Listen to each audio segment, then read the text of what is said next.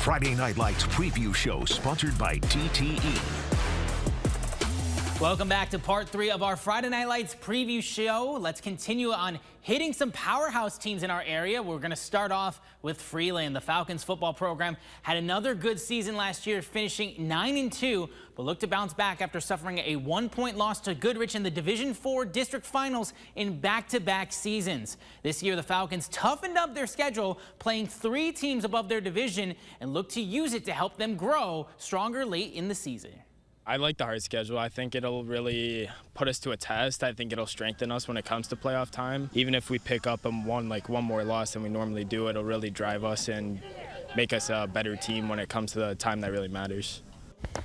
Frankenmuth will have a lot of opportunity for players to step up as the team graduated 7 on defense and 5 on offense from a season ago. Even with key players moving on, Frankenmuth's culture and expectations are not changing. This program has only lost 1 conference game since 2012.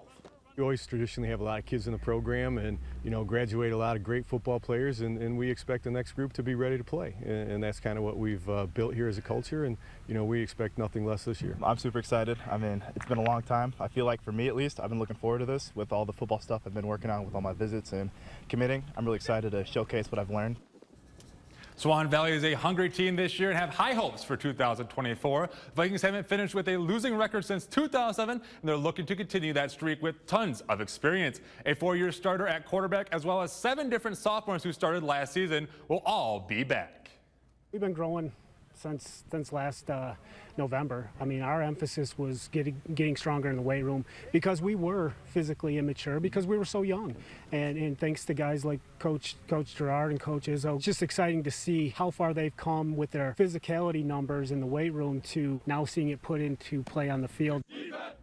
Let's stay in the Tri-Valley Conference and head out to Ithaca. The Yellow Jackets went 11-1 last season, with their only loss coming to Ubly in the postseason. Ithaca graduated 5 seniors, but returned a number of juniors that earned playing time. Head coach Jordan Hesbrook said he'll be leaning on those kids early on this season, and they're ready for the challenge.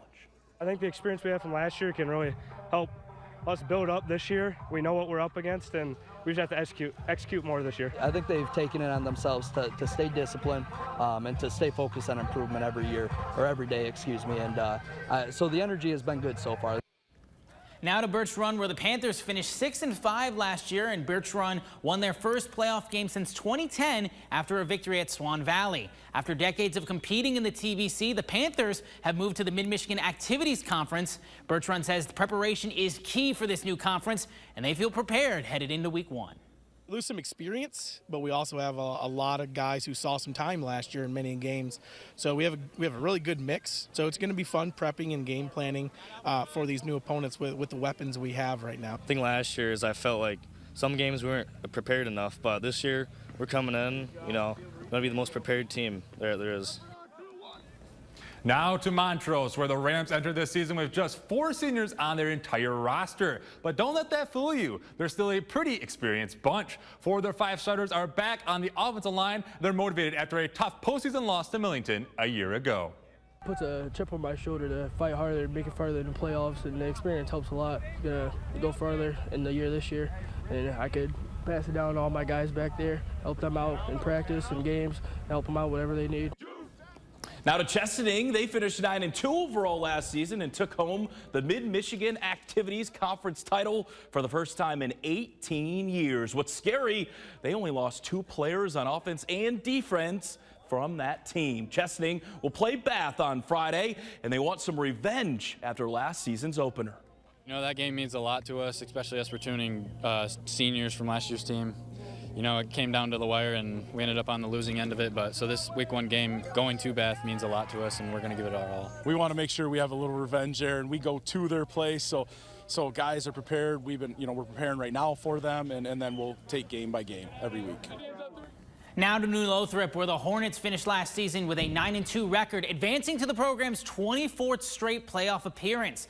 The Hornets suffered a heartbreaking loss in the Division VIII district finals, and they still have that bad taste in their mouth. With 13 seniors returning, the team is looking for more than just making the playoffs. funny. You make the playoffs and you do some good things, have a great regular season, and it's kind of still feels like a disappointment. But that's the expectations here at New Lothrop is, you know, they only hang state championship banners here, you know, and so the expectations are always high.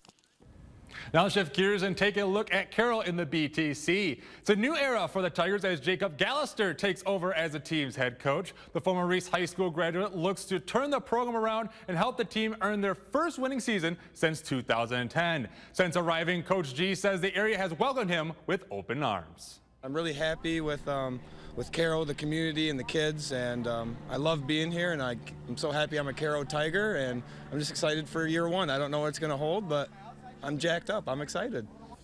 Now let's zone in on Millington. The Cardinals are coming off of a 12-1 season where they won the Tri-Valley Conference Blue League. Millington made it back to the Division 7 semifinals, but fell there before a trip to Ford Field. After nearly 45 years of competing in the TVC, the Cardinals are heading to the Big Thumb Conference and are ready to start their season against Reese. We've been feeling really good. We always look at the scrimmage as a build-up and kind of a testament of what we're going to be this year.